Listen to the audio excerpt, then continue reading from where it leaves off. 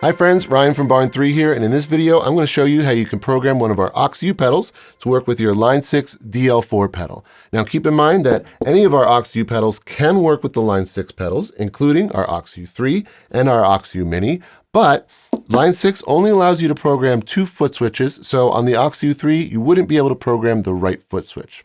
So for this video, we're going to be using our OXU Standard, which is our slimmest design, and it fits perfectly in front of the DL4. Now, a few things to keep in mind right up front. If you choose to use the optional Barn 3 OXU mounting plate, we recommend that you do any programming on the pedal first, because once it's mounted to the plate, you won't be able to access the slide switch on the back side of the OXU. If you have any questions about why you might want to use the mounting plate or how to install pedals on the plate, we're going to have a separate video that will go over all that for you. Also, every single OXU that we sell comes with a custom Barn 3 TRS cable that's about 11.5 inches long. Now, for this particular setup, if you have a pedal board where you can route cables underneath, this cable might work. But specifically, if you have a flat pedal board, we're going to recommend we sell a 17-inch right angle to straight connector cable that will help because of the offset on the front of the pedal here. And that's the cable I'm going to be using in this video. Finally, on the OXU Standard and the OXU Mini, you're going to see a little adapter like this, and this is only used for Boss pedals, so we won't be using it in this video. Okay, let's go ahead and program our OXU to work with the DL4 Mark II. First thing we need to do is make sure that our OXU is in the right configuration. You'll notice that there's slide switches on the back and bottom of the OXU, and we're going to slide both of these slide switches all the way to the left. So on the back slide switch, it's going to be in the N position, which stands for normal, and on the bottom, it's going to be on the NSM position. So we're going to go ahead and plug in our TRS cable to the left side of the OXU.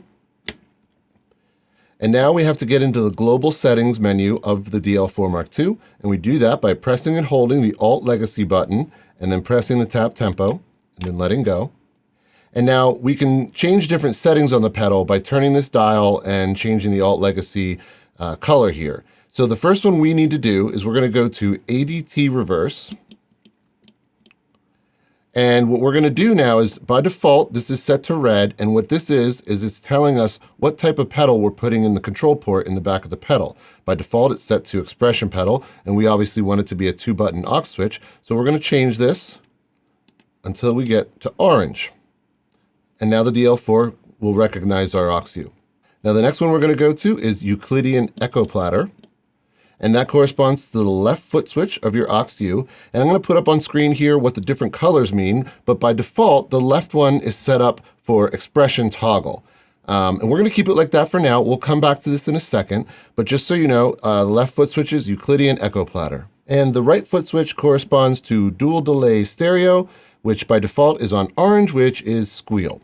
Now, as you can see, you've got plenty of options of what you could program the foot switches to do. But while I was experimenting with this, I found one that was kind of interesting to me, and that's to change the tap tempo foot switch on the right of the DL4 Mark II, not to be tap tempo, but to change between 2 banks of 3 presets. So what I'm going to do is I'm going to go ahead and move over to Crisscross Digital with Mod, and that is for the programming of the right foot switch here. And by default, it's set to red, which is tap tempo. But what we're going to do is we're going to put it on yellow. Now we're going to back out just so I can show you what it's doing. So we have our 3 presets, A, B, and C.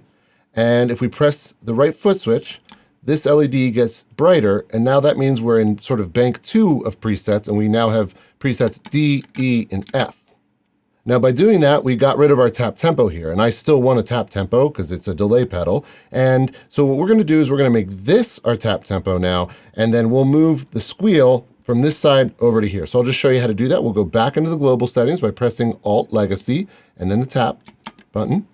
Then we're going to go to dual delay, and right now it's on squeal, and we're going to change that to red. And now this will be our tap tempo. So I'll now scroll to Euclidean Echo Platter again, and we're going to change this from blue to orange. So now this will be our squeal. Now again, we'll go ahead and back out by pressing any button. And although we don't have any visual representation for the tap tempo now, this is our tap tempo, this is our squeal, and then we have 2 banks of presets.